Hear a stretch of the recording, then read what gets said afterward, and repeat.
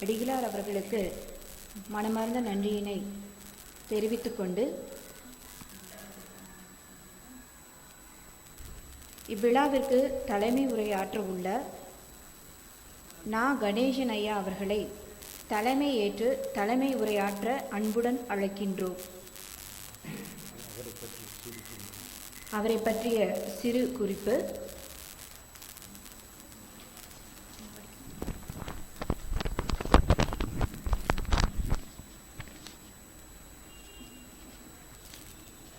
எங்களுக்கு இடையூறு ஏற்படுகின்ற காலத்திலெல்லாம் இடையூறு களைந்து இன்றமே எந்நாளும் பெருக்கும் சாந்தலிங்க பெருமானுடைய திருவருளால் இன்று தலைமை உரை ஆற்றுவது கல்லூரி கல்வி இயக்குனர் குமாரசாமி ஐயா அவர்கள் இந்த சென்ற அமர்விலுக்கும் பெயர் போட்டு வர முடியவில்லை, இந்த அமர்வுக்கும் அவரால் வர இயலவில்லை. 5 பேர் இருப்பாங்க. அத்தனை பேருத்தையுமே நம்ம கேட்டு பார்க்கும்போது எல்லாருக்கும் ஏதாவது ஒரு பயணங்கள் இருக்குது. அந்த சமயத்தில் நான் இருக்கிறேன், கலங்க வேண்டாம் என்று எங்களுக்கு தலைமை உரை ஆற்ற வந்துள்ள கணேசன் ஐயா அவர்கள் வேளாண் குடியிலே பிறந்தவர். இளமையில் கல்வியுடன் ஓவியமும் பயின்றவர்.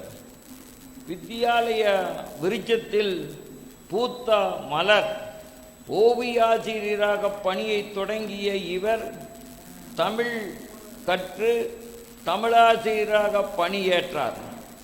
தமது உழைப்பால் 2 முதுகலை பட்டம் பெற்றவர். முனைவர் 3 முதுகலை பட்டம் பெற்றவர், முனைவர் பட்டம் பெற்றவர், பல்கலை வித்தகர், தமிழ்நாடு தமிழாசிரியர் கழகத்தில் பல பெரும் பொறுப்புகளை வகித்தவர்.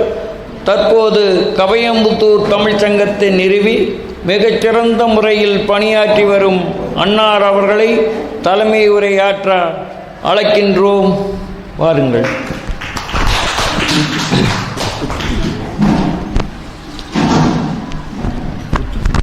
முடியாது கிளிப்பு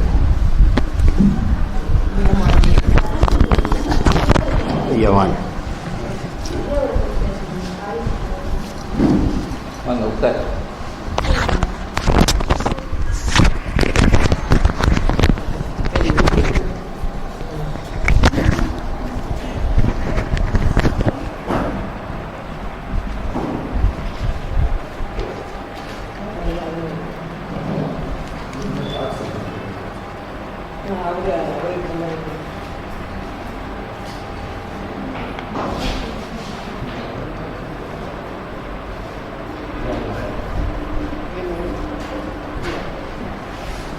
அவைக்கு என் வணக்கம்.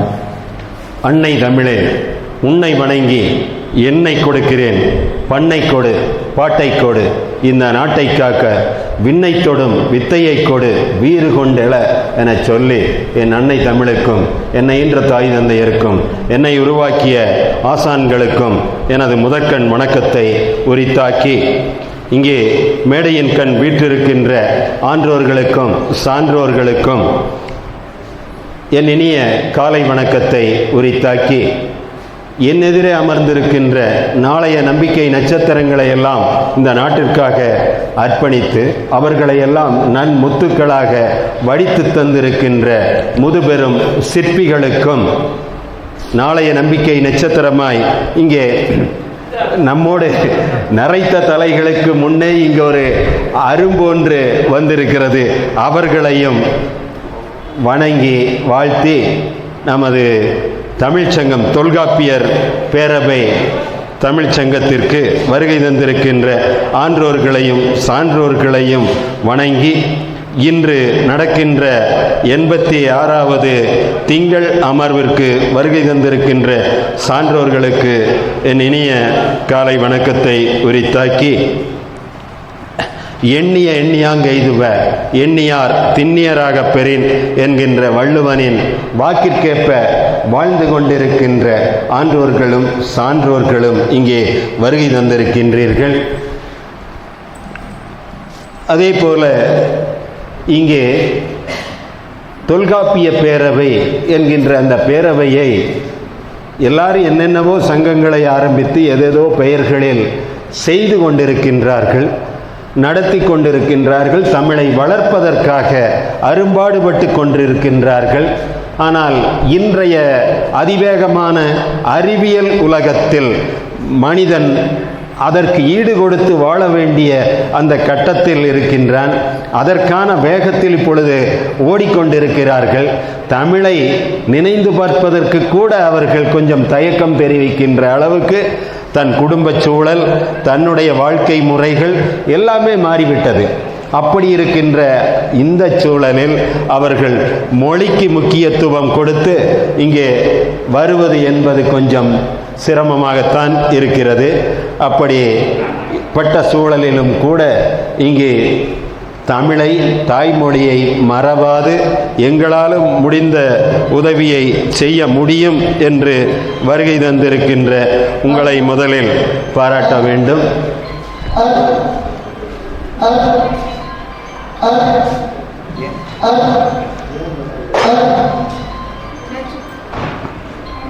சரி, இருக்கட்டும். தமிழ் சங்கங்கள் இப்படி பல கோயம்புத்தூரில் பார்த்தீங்கன்னா கிட்டத்தட்ட ஒரு 47 to 55 தமிழ் சங்கங்கள் இருக்கின்றன. அத்துணை தமிழ் சங்கங்களும் எப்படியெல்லாம் நடத்த முடியும், என்னென்ன முயற்சிகளை எல்லாம் செய்து பார்த்து கொண்டுதான் இருக்கிறார்கள். இருந்தாலும் விரல் விட்டு சொல்லுகிற அளவுக்கு ஒரு 4 சங்கங்கள் மட்டுமே சிறப்பாக நடைபெற்று கொண்டிருக்கிறது. மாதா மாதம் கபயன்புத்தூர் தமிழ் சங்கம் என்பது நான் நடத்தி கொண்டிருக்கின்றேன். அது இப்பொழுது கிட்டத்தட்ட 65வது சங்கம். மாதம் 2வது ஞாயிற்றுக்கிழமை கோவில்பாளையத்தில் விவேகானந்தா மேலாண்மை கல்லூரியில் நடத்தி கொண்டிருக்கின்றோம். வருகின்ற 13ஆம் தேதி நாங்கள் நடத்த இருக்கின்றோம். நீங்கள் அத்தனை பேரும் வந்து சிறப்பிக்குமாறு அன்போடு கேட்டுக்கொண்டு, அதே போல தொல்காப்பியர் தமிழ் பேரவை என்பதும் பல சிரமங்களுக்கு இடையில் நடந்து கொண்டிருக்கின்றது. அது 86வது திங்கள் அமர்வாக நடத்தி கொண்டிருக்கின்றார். அடுத்தபடியாக பார்த்தீங்கன்னா சபரிபாளையத்தில் சண்முகப்பிரியா மருத்துவமனை நடத்தி கொண்டிருக்கின்ற மருத்துவர் சுப்பிரமணி அவர்கள் மாதம் 2 முறை நடத்துகிறார். முதல் ஞாயிற்றுக்கிழமை, 3வது ஞாயிற்றுக்கிழமை என்று நடத்துகிறார். அதே போல இன்னும் சில அமைப்புகள் மட்டுமே சீரோடும் சிறப்போடும் பல இடர்பாடுகளுக்கு இடையில் நடத்தி கொண்டிருக்கின்றார்கள். கோவை வசந்தவாசல் கவிமன்றமும் இன்று நடந்து கொண்டிருக்கின்றது. இப்படி விரல் விட்டு சொல்லுகிற அளவுக்கு ஒரு 4-5 பேர் தான் தமிழை வளர்ப்பதற்காகவும் தன்னை அர்ப்பணித்து எவ்வளவு இடர்பாடுகள் வந்தாலும் சரி நாங்கள் அதை நடத்தியே தீர்வோம். மொழியை மற்றவர்கள் தெரிந்து மொழியினுடைய அருமையும் பெருமையும் தெரிந்து நடக்க வேண்டும். என்ன இல்லை தமிழில், எல்லாம் உண்டு தமிழில் என்கின்ற அந்த உணர்வை வர வைக்க வேண்டும் என்பதற்காகத்தான். தமிழ் படித்தவர்கள் இன்று வரவில்லையா? ஏன் அப்துல் கலாம் அவர்கள் கூட சாதாரண அரசு பள்ளியில் படித்தவர் தானே, தமிழில் படித்தவர் தானே. இப்படி சொல்லப்போனால் சுந்தர் பிச்சை என்று சொல்லுகிறவர் கூட அவர் ஆங்கில வழியில் படித்தாலும் கூட எவ்வளவு கிராமத்தில் இருந்து அந்த சூழலில் இருந்து படித்து இன்று உலகமே போற்றுகின்ற அளவுக்கு நம்மளுடைய செயல்பாடுகளுக்கெல்லாம் செயல் வடிவம் கொடுத்து கொண்டிருக்கின்ற அந்த உயர்ந்த பதவிக்கு வந்திருக்கிறார் என்று சொன்னால் அது தமிழ் மொழிதான். அதே போல ஒவ்வொரு நாடுகளிலும் பாருங்கள், அவர்களுடைய தாய்மொழியில் படித்துத்தான் அவர்கள் சாதித்திருக்கிறார்கள். இப்போ ஜப்பான்காரர் எடுத்துக்கங்க, என் ஆங்கிலத்திலேயே படிக்கிறாரு. கொரியாவை எடுத்துக்கங்க, அவங்க இதுலேயே படிக்கிறாங்க. அவர்களுடைய தாய்மொழியில் படிக்கின்ற போதுதான் தன் உணர்வுகளை, தன்னுடைய வெளிப்பாடுகளை, நம் சிந்தனையில் உதித்தவை சுதந்திரமாக வெளிப்படுத்த முடியும். என்னதான் நீங்கள் அந்நிய மொழியில் படித்தாலும் கூட அதில் பல தயக்கங்கள் வரும். ஏன்னா மொழி ஒரு பிரச்சனை. அடுத்தது கருத்துக்களை வெளியிடுகின்ற போது உணர்வுபூர்வமாகவே நம்ம சரியா இருக்குமா இருக்காதா அப்படிங்கிற அந்த ஒரு தயக்கம் வரும். ஆனால் தாய்மொழியில் படிக்கின்ற பொழுதுதான் அதற்குரிய வேகமும் அதற்குரிய உணர்வுகளும் தெளிவாகவும் முறையாகவும் வரும். அந்த அடிப்படையில் தாய்மொழியில் கல்வி கற்று இன்னும் தரணியை ஆள முடியும் என்பதற்கான எடுத்துக்காட்டுகளோடு இந்த தமிழை வளர்த்து கொண்டிருக்கிறோம்.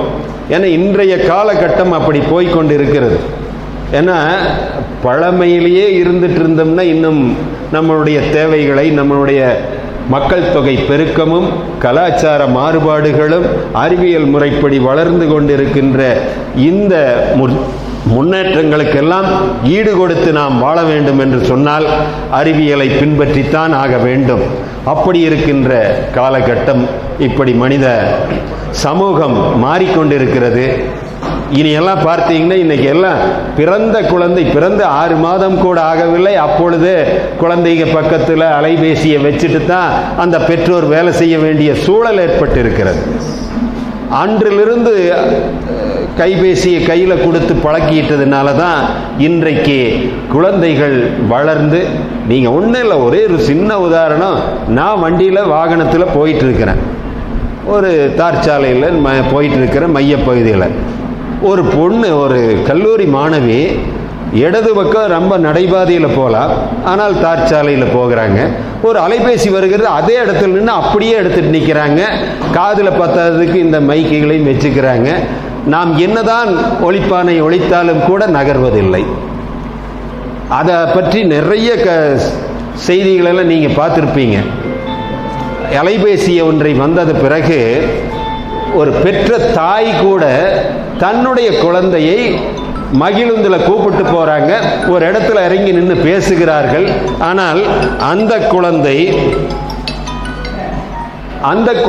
அந்த மகிழுந்தனுடைய கதவை திறந்து கொண்டு வேறு பக்கம் சென்று அது விளையாட்டு பொருளை பார்த்தவுடனே அங்கே ஓடிவிட்டது.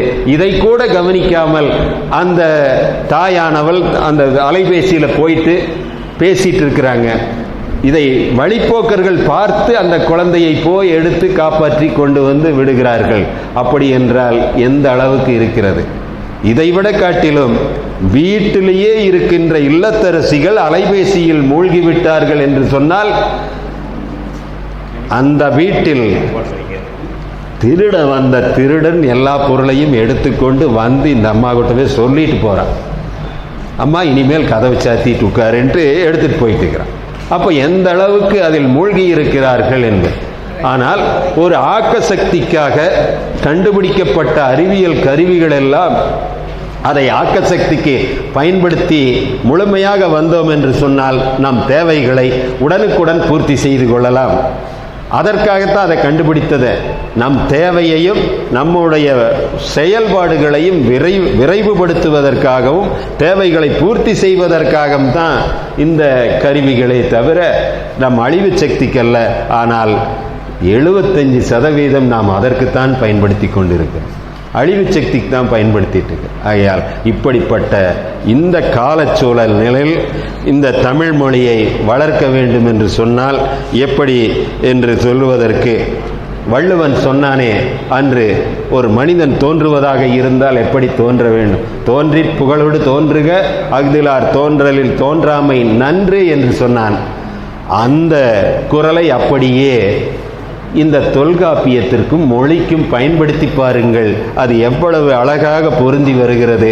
ஒரு மொழி தோன்றுவதாக இருந்தால் புகழ் உச்சிக்கு செல்லுகின்ற பிற மொழிகளுக்கு எடுத்துக்காட்டாய், பிற மொழிகள் பிறப்பதற்கு எடுத்துக்காட்டாய் இருக்கின்ற மாதிரி ஒரு மொழி இருக்க வேண்டும் என்று சொன்னால் அது தமிழ் மொழி மட்டும்தான். ஏன்னா அந்த அளவுக்கு இது முதன்மை மொழியா. அந்த வள்ளுவனுடைய குரலை அப்படியே ஒப்பிட்டு பாருங்கள். தோன்றிற் புகழோடு தோன்றுக அஃதிலார் தோன்றலின் தோன்றாமை நன்று. இந்த மொழி தோன்றியதனுடைய காரணம் அந்த மொழியினுடைய வளமையும் புலமையும் பண்பையும் பிற மொழிகள் தோன்றுவதற்கான இலக்கியங்களையும் மொழி உருவாவதற்கான இலக்கண அமைப்புகளையும் கொண்டிருக்கின்ற பண்புகளை கொண்டு மற்றவர்களுக்கும் சொல்லுகிற அளவுக்கு ஒரு மொழி இருக்குமே, ஆனால் அது தமிழ் மொழிதான். அமெரிக்காவில் இருக்கக்கூடிய மொழி ஆய்வாளராகிய ஒருவர் இப்பொழுது சமீபத்தில் கண்டுபிடித்து சொல்லி இருக்கின்ற ஆய்வின் மூலம் சொல்லி இருக்கின்ற செய்தி என்னவென்றால், உலகத்திலேயே மிக பழமையான தொன்மையான மொழி தமிழ் மொழிதான். இதுதான் மற்ற மொழிகள் பிறப்பதற்கும் காரணமாய் இருந்திருக்கிறது. இந்த மொழியினுடைய வழிதான் பிற மொழிகள் தோன்றி இருக்கின்றன என்று அவருடைய ஆய்வில் பல கருத்துக்களை முன்வைத்திருக்கின்றார். அப்படிப்பட்ட அந்த மொழியை நாம் இப்பெல்லாம் சொல்லப்போன ஒரு நிறுவனத்தில் ஒரு பொருளை உற்பத்தி செய்தோம் என்று சொன்னால் அதற்கான தன்மைகளை, அதனுடைய குணநலன்களை சொல்லி அது இவ்வளவு ஆண்டு நமக்கு பயன்படும், அதை இப்படித்தான் பயன்படுத்த வேண்டும், இந்த பொருளை இப்போ இருசக்கர வாகனத்தை எடுத்துக்கங்க அல்லது மகிழுந்து எடுத்துக்கங்க, எப்படி இயக்க வேண்டும், இப்படித்தான் செல்ல வேண்டும், இது இந்த செயல்பாட்டுக்குரியது என்று சொல்லி அவர் கொடுக்கிற அந்த புத்தக குறிப்புகளை பார்த்தீங்கன்னா அதன்படி அந்த வண்டியை ஓட்டினால் இத்தனை ஆண்டுகள் அது நமக்கு பயன்படும் என்று சொல்லி இருப்பார்கள். அதை போலதான் ஒரு மொழி தோன்றுவதாக இருந்தால் அது தோன்றி எப்படி பயன்படுத்த வேண்டும், அதற்கான வரைமுறைகள், இலக்கண அமைப்புகள் எப்படி இருக்க வேண்டும் என்று சொல்லுகின்ற ஒரே நூல் எதுவென்று சொன்னால் தொல்காப்பியம் மட்டும்தான். தமிழ் மொழியை நாம் எப்படியெல்லாம் பயன்படுத்த வேண்டும், எப்படி அதை செயல்பாட்டுக்கு கொண்டு வர வேண்டும் என்கின்ற அந்த வரைமுறைகளை ஒரு செயல் எழுதுவதாக இருந்தால் எப்படி எழுத வேண்டும், ஒரு கட்டுரை எழுதுவதாக இருந்தால் எப்படி எழுத வேண்டும், ஒரு பொருளை எப்படி வரிசைப்படுத்த வேண்டும், கருத்துக்களை எப்படி கொண்டு வர வேண்டும் என்கின்றதை எல்லாம் சொல்லித் தருகின்ற, வழிகாட்டுகின்ற நூலாக அமைந்திருப்பது தான் தொல்காப்பியம். அப்படி பார்த்தீங்கன்னா அண்ணாவே ஒரு எடுத்துக்காட்டு. இந்த தொல்காப்பியத்துக்கு அண்ணாவே முனைவர் வே. குழந்தசாமி அண்ணாவே ஒரு எடுத்துக்காட்டு. அவர் படித்திருப்பதோ மேலாண்மை துறையை எப்படி செயல்படுத்துவது என்பதை பற்றித்தான் படித்தார். முதல்வராக இருந்தார். ஒரு தனியாகவே Vivekananda institute of management studies என்கின்ற அந்த கல்லூரியை தொடங்கினார். அந்த மேலாண்மையை பற்றி சொல்லிக் கொடுக்கின்ற போது கூட தமிழில் சொல்லப்பட்டிருக்கிற, தமிழ் இலக்கியங்களில் சொல்லப்பட்டிருக்கின்ற மேலாண்மை கருத்தை எல்லாம் எடுத்து அதோடு ஆங்கில பாடங்களோடு சேர்ந்து இணைத்து சொல்லிக் கொடுத்தவர் தான் அண்ணா அவர்கள். இப்பொழுது மிகப்பெரிய கவிஞராக இருக்கிறார். வெண்பாவை அவ்வளவு அழகாக எழுதி கொண்டிருக்கிறார். இப்பொழுது அடுத்து எழுதப் போகின்ற வெண்பா விருந்து என்கின்ற அந்த நூலில் முழுக்க முழுக்க வெண்பா அப்படியே சரளமாக வருகிறது, மடை திறந்த வெள்ளம் போல இயல்பாக வருகிறது என்று சொன்னால் அவருக்கு இருந்த தமிழ் பற்றுதான். பல நூல்களை படித்திருக்கிறார். அவருடைய அந்த மேலாண்மை படிப்பை போக மற்ற நேரங்களில் தமிழ் மீது இருக்கின்ற உணர்வின் காரணமாக, பற்றின் காரணமாக நூல்களை, இலக்கியங்களை எல்லாம் படித்தார். அது மட்டுமல்ல, சொற்கோவை என்கின்ற ஒரு நூலை எழுதினார். தமிழ் இலக்கியங்களில் எங்கெல்லாம் இந்த பழமையான சொற்கள் புகுத்தப்பட்டிருக்கிறது, அதற்கான பொருள் என்ன என்று சொல்லி அந்த சொற்களை எல்லாம் கோர்வையாக வடித்தெடுத்து ஒரு நூலாகவே அண்ணா சென்று போட்டிருக்கிறார். அது மட்டுமல்ல, கடைசியாக சென்ற ஞாயிற்றுக்கிழமை மேலி பிடிக்கும் கை என்கின்ற ஒரு நூலை வெளியிட்டிருக்கிறார். அதிலும் கூட கிராமத்து சூழலில் தான் பிறந்து வளர்ந்து இந்த அளவுக்கு மேலே உயர்ந்து வந்திருக்கின்ற அந்த சூழலை எல்லாம் சொல்லுகின்ற மாதிரி, அந்த கிராமத்து சூழலை எல்லாம் சொல்லுகின்ற மாதிரி அதில் இடையிடையே கவிதைகள், வெண்பாக்கள் எல்லாமே வந்து கொண்டிருக்கின்றன. அப்படி எழுதுவதற்கு யார் காரணம்? தொல்காப்பியம் மட்டும்தான் இலக்கணம். அந்த இலக்கண நூல்படிதான் அதை வகுத்திருக்கிறார். அவர் பெரும் புலவர்களிடமெல்லாம் அந்த நூலை படிப்பதற்கு கொடுத்து ஆய்வு செய்து அதற்கு பிறகு அந்த நூலை வெளியிட்டிருக்கிறார். அப்போ அவர்கள் யாருமே எந்த இடத்துல கண்டுபிடிக்க முடியவில்லை, பிழைகளை கண்டுபிடிக்க முடியும். அந்த அளவுக்கு ஒரு கட்டுக்கோப்பான அந்த இலக்கண வரைமுறைப்படி எழுதியிருக்கிறார் என்று சொன்னால் அதற்கு முழு காரணம் தொல்காப்பியம் போன்ற அந்த வழிகாட்டி இலக்கியங்கள் தான். இங்கே தொல்காப்பிய தமிழ் பேரவையினுடைய தலைவராக இருக்கின்ற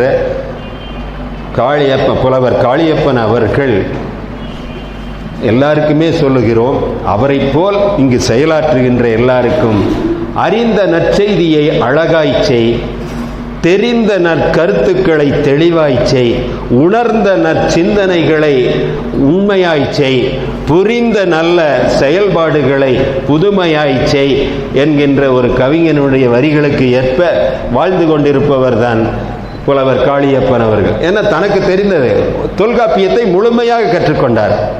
நாமெல்லாம் தேர்வுக்காகத்தான் கற்றேன். நான் உண்மை சொல்கிறேன். எப்படின்னா, நான் பட்டப்படிப்பில் படிக்கணும், அதற்கான பாடப்புத்தகத்தில் என்ன கொடுத்திருக்கிறார்களோ அந்த பாடப்பகுதியை படித்து தேர்வு எழுதினோம், தேர்ச்சி அடைந்தோம். ஆனால் இவரை போல முழுமையாக நாம் அதை கற்றுக்கொள்ளவில்லை. எழுத்து, சொல், பொருள் என்கின்ற அந்த 3 நிலைகளையும் தொல்காப்பியம் மிகச் சிறப்பாக சொல்லி இருக்கிறது. ஒவ்வொரு துறைக்கும் 9 அதிகாரங்களாக பிரித்து, மொத்தம் 27 அதிகாரங்களாக பிரித்து, அது எப்படி இருக்க வேண்டும், எழுத்து என்றால் எப்படி இருக்கணும்னா அதுக்கு ஒரு 9 இயல்கள், சொல் எப்படி இருக்கணும் அதற்கு ஒரு 9 அதிகாரம், பொருள் எப்படி இருக்கணும் அதற்கென்று ஒரு 9 அதிகாரம், இப்படி 27 அதிகாரங்களை வைத்து 1610 பாடல்கள் மூலமாக நமக்கு அவற்றை தொல்காப்பியர் தந்திருக்கிறார் என்று சொன்னால் கண்டிப்பாக அவரை தெய்வமாக நினைத்துத்தான் நாம் எல்லாம் இப்போ வழிபட்டு வந்து தான் நாம் இந்த கூட்டத்தை தொடங்கி இருக்கிறோம். எனவே எத்தனையோ இலக்கியங்கள் தோன்றியிருந்தாலும் கூட அத்தனை இலக்கியங்களிலும் பழமையான புதுமையான, இதில் கூட இன்னொரு செய்தி நான் காலையில் கூட படிச்சுட்டு வந்த ஒரு செய்தி என்னன்னா, தொல்காப்பியம் தோன்றி 1000 ஆண்டுன்னு ஒரு குழு சொல்லுதாமா, 1500 ஆண்டுன்னு ஒரு குழு சொல்லுதாமா. அந்த நூலறிஞர்கள் இதையெல்லாம் ஆவணப்படுத்துகின்ற அரசு அதிகாரிகள் எல்லாம் ஜெயராம் ரெட்டின்னு ஒருத்தர் அது 1500 ஆண்டுன்னு வச்சுக்கங்க அப்படின்னு சொன்னாராமா. இப்படி ஒவ்வொருவரும் தன்னுடைய ஆய்வுக்கும் தன் அறிவுக்கும் எட்டியபடி ஒவ்வொன்றை சொல்லிக் கொண்டிருக்கிறோமே, இது எந்த விதத்தில் நியாயம்? ஒரு மொழி தோன்றி அது எந்த அளவுக்கு விரிவடைந்திருக்கிறது, மக்கள் மத்தியில் சென்றடைந்திருக்கிறது, மக்களால் பேசப்படுகிறது, அதை பயன்படுத்தப்படுகிறார்கள், அதிலிருந்து 1000 கவிதைகள் பிறக்கின்றன, கட்டுரைகள் பிறக்கின்றன. எழுத்துலகத்தில் தமிழ் மொழி எங்கோ சென்று கொண்டிருக்கிறது என்பதை பார்க்க வேண்டுமே தவிர, இதை மூலத்தை ஆய்ந்து கொண்டிருந்தால் அடுத்து நீ சொல்ல வர்ற சிந்தனை என்ன? ஒரு நூலை படிக்கிறாய், தொல்காப்பியத்தை படிக்கிறாய், அல்லது சிலப்பதிகாரம் படிக்கிறாய், கம்பராமாயணம் படிக்கிறாய், உடனே அதனுடைய ஆணிவேர் அக்குவேர்களை எல்லாம் நீ தெரிந்து என்ன செய்ய போகிறாய்? உனக்கு கிடைத்த நல்ல கருத்துக்களை கேட்டுக்கொள், அதில் இருக்கிற நல்ல வழிமுறைகளை எடுத்துக்கொள், அது உனக்கு எப்படி வாழ்க்கையில் உதவுகிறது என்பதை பார். நீ அதிலிருந்து கற்றுக்கொண்டதை வைத்துக்கொண்டு நீ என்ன புதுமையாய் படைக்கிறாய் என்பதை பார்ப்பதற்கான வழிமுறை நூல்கள் தான் இத்தனையும்.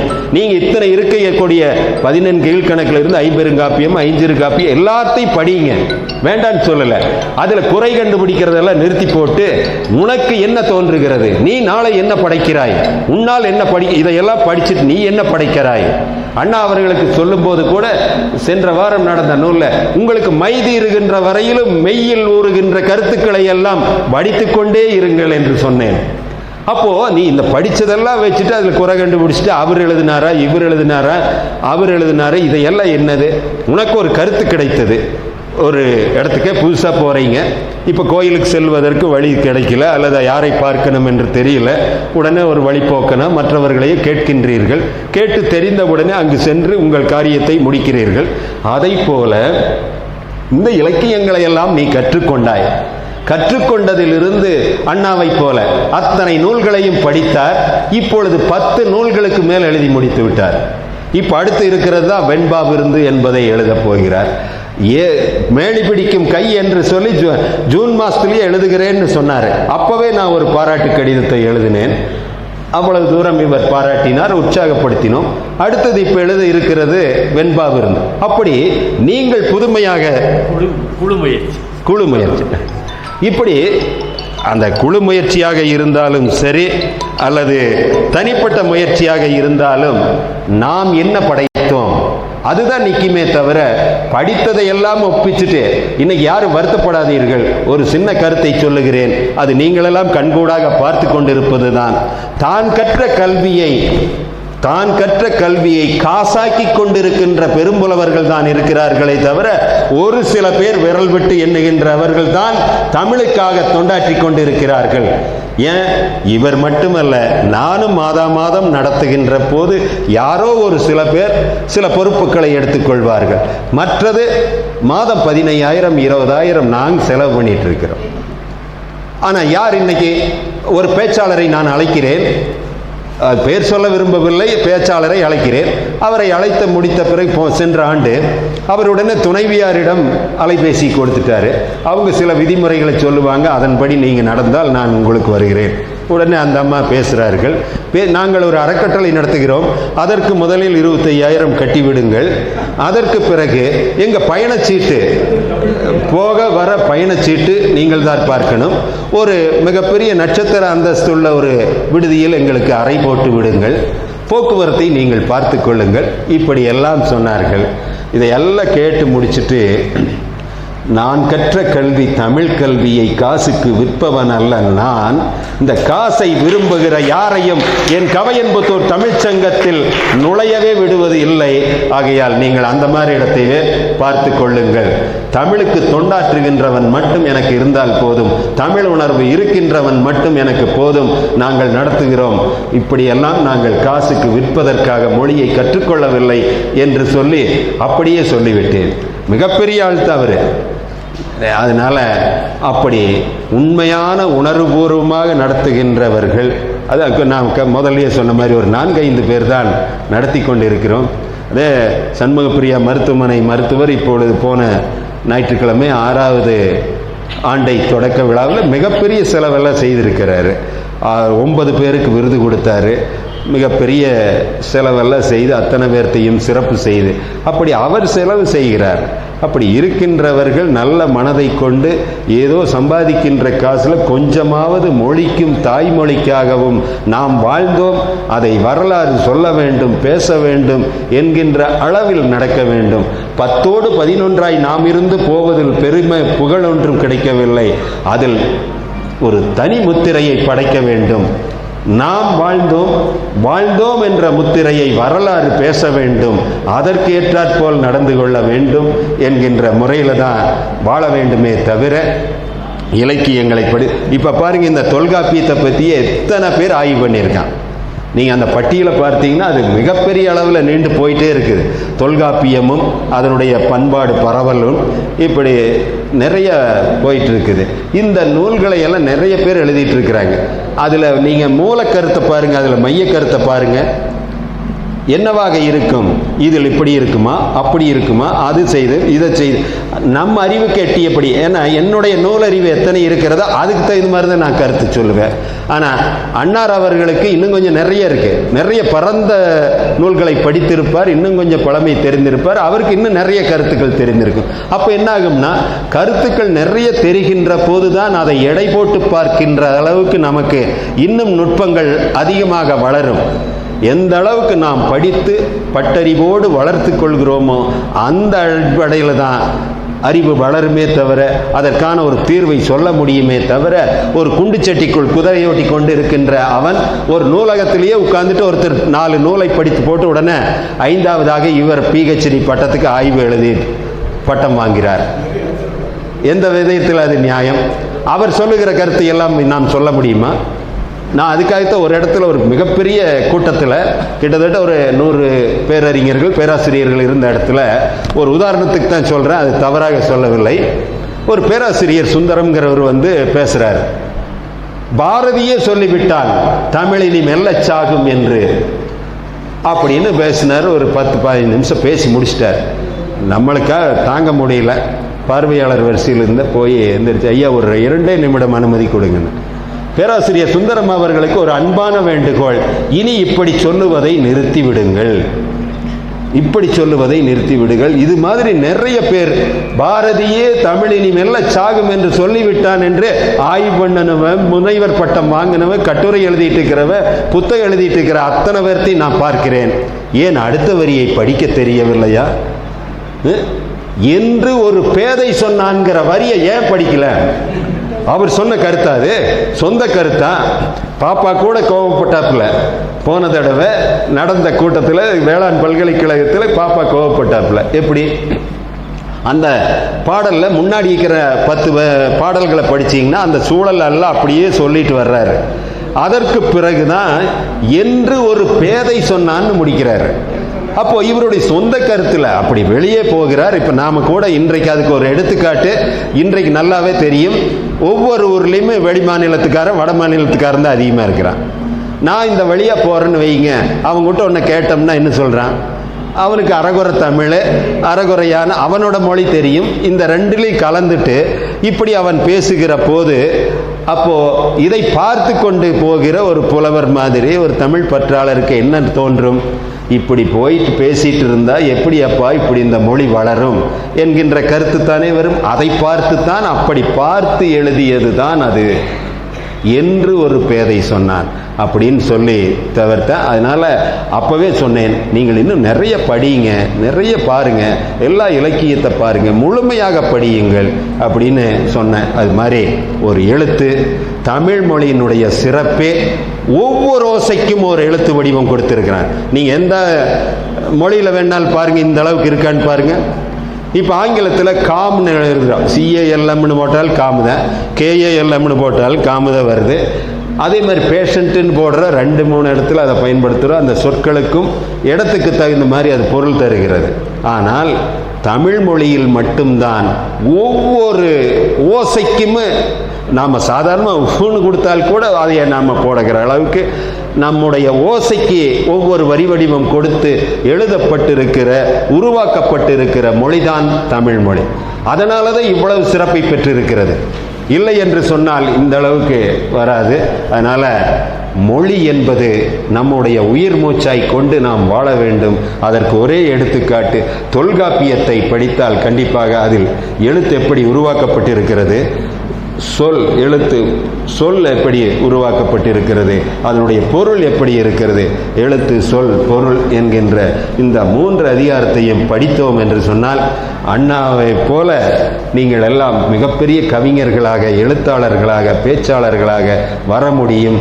இந்த தொல்காப்பியம் என்பதுதான் நமக்கு மூல புத்தகம், நூல் வழிகாட்டுகின்ற நூல். மொழியை வளர்த்துவதற்கு முதன்மையான இடத்தை பெறுவதுதான் இந்த தொல்காப்பியம் என்கின்ற நூல். இதை நாம் முழுமையாக படித்துக்கொண்டு இன்னும் நிறைய இடங்களில் அதை சேந்தன் இங்கே அதனால் முழுமையாக நாம் அவற்றை தெரிந்து கொண்டு இன்னும் மொழியை நாம் சிறப்பாக வளர்த்துவோமாக. இது அது இப்போ இந்த ரவுண்டத்தோடு. அதனால் பல இலக்கியங்கள் இருக்கின்றன. அது அந்தந்த காலச்சூழலில் ஏற்பட்டிருக்கிற கதைகளை, வாழ்க்கை முறைகளை, ஆட்சி முறைகளை, கதை மாந்தரனுடைய சூழல்களை சொல்லுவதாக இருக்கும். ஆனால் தொல்காப்பியம் ஒன்றுதான் நம்முடைய தமிழனுடைய வரலாறு, பண்பாடு, மரபுகள் இவற்றையெல்லாம் சொல்லுவதோடு மொழி கூறுகளையும் சொல்லிக் கொண்டிருக்கின்ற ஒரே இலக்கியம் தொல்காப்பியம் என்று சொல்லி இந்த வாய்ப்புக்கு நல்ல வாய்ப்பு கொடுத்தமைக்காக நன்றி மலர்களை காணிக்கையாக்கி விடைபெறுகிறேன். நன்றி, வணக்கம்.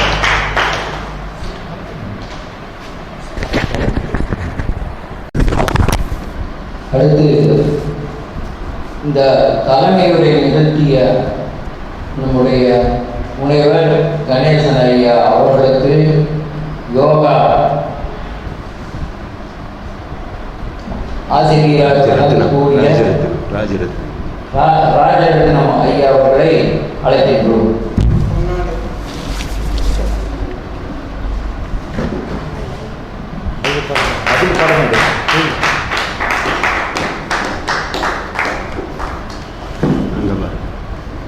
அதில் எடுத்து